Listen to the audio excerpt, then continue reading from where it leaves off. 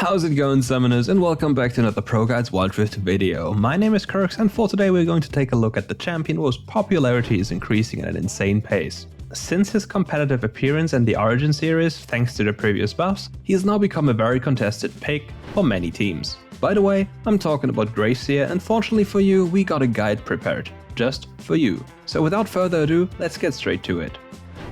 First off, Graves can be played in lane and jungle. So for now, let's quickly talk about jungling.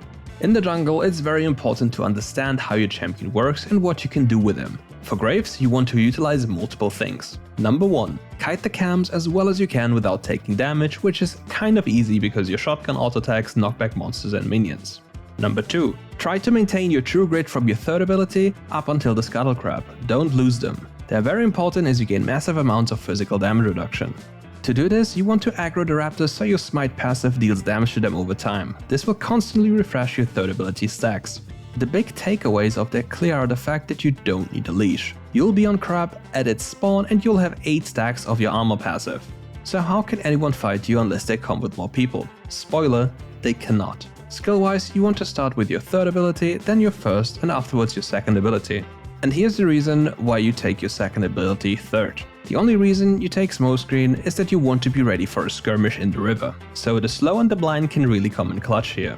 There's also another clear you can go for if you don't feel like you're able to contest the scuttle crab. For that, you want to skill your third ability, then your first, and then put another point in your first ability. The reason for this is the increased clear speed, as we have more damage and a lower cooldown on it in comparison to the smokescreen. But you shouldn't forget that you're also more vulnerable in case of something happens. So always be aware of your surroundings. Before we continue with today's video, make sure to check out our Discord in the description below. We're running a lot of giveaways and currently I'm bored is giving away a ton of wild passes on his channel. So join up the Discord and check out a stream to grab one of those for free. Build-wise, you can also go different routes. For runes, you want Conqueror, Brutal, Hunter Titan and Mastermind in jungle, and Conqueror, Brutal, Hunter Titan and Sweet Tooth in lane. In the jungle, you'll also see a different item path. Go Humus Ghostblade, Infinity Edge, Mortal Reminder, Solari Chargeblade and Bloodthirster. Depending on what kind of champions you're facing, you can also put the Armor Pen item second. With this build, you'll travel around the map super fast and will be in the right places at the right time. It's also worth mentioning that your damage on your first item spike will be insane as you have extra lethality and are not dependent on getting a lucky crit. However, on your second item spike you're going to roll the dice, and if you happen to crit, well, GG, the enemy is now successfully blown up in an instant. Okay, so far so good. Let's take a small break for our question of the day.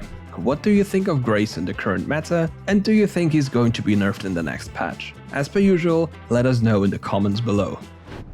The other build features a more sustained and brawling-oriented build path. You rush Bloodthirster, Phantom Dancer, Infinity Edge, Mortal Reminder and either Stormrazor or a defensive item of your choice that fits the game. Stormrazor would grant you 100% crit and a lot of chase down potential, whereas a defensive item doubles down on your insane shield values to guarantee your survival. However, both builds focus on defensive boots. Either plated steel caps or mercury treads with a protobelt enchant if you're snowballing, or a typical defensive enchant such as stasis or QSS are more than welcome.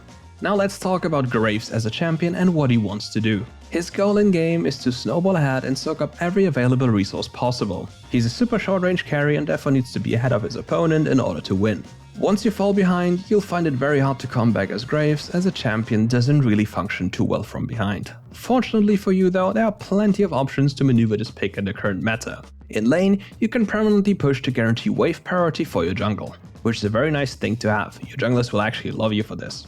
In addition to that, if you choose to take the Bloodthirster route in lane, you can sustain indefinitely into any matchup and play the map afterwards. For jungle, you can force fights around 8 armor stacks and circle farm your camps while pushing out lanes at the same time. It's very important for you to make use of the 40 to 50% local golem minions when they're slain by an ally. It's just free money for you to collect and accelerate yourself. Once ahead, make sure to push your limits and go for aggressive plays. You don't want to sit back and relax. You want to bring war to the enemy team. And trust me, being fed as a Graves is absolutely hilarious. You just put them down with 2 shots and all they can do is try to run away. As a quick summary, just to cover the most important mechanics that you've already seen in the gameplay. Your third ability is an auto attack reset with a long dash animation. Dashing into the wall saves you time and lets you attack faster. Your auto attack hits in a cone in front of you. The more pellets hit, the more damage you deal. Consequently, there's a perfect range you can stay in to guarantee that all your pellets hit for the most damage. Smokescreen as an ability is absolutely broken. You should use it to zone off a corridor so the enemy team literally cannot play the game, because well, they can't see you.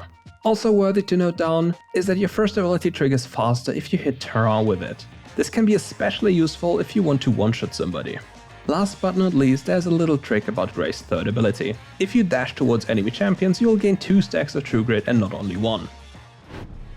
With that, we're at the end of today's video. I hope you enjoyed the content and feel confident enough to bring out the man with the shotgun in your upcoming games. Make sure to leave a like and subscribe to the channel to never miss anything ProGuides again. See you tomorrow when it's time for another ProGuides Wild Rift video.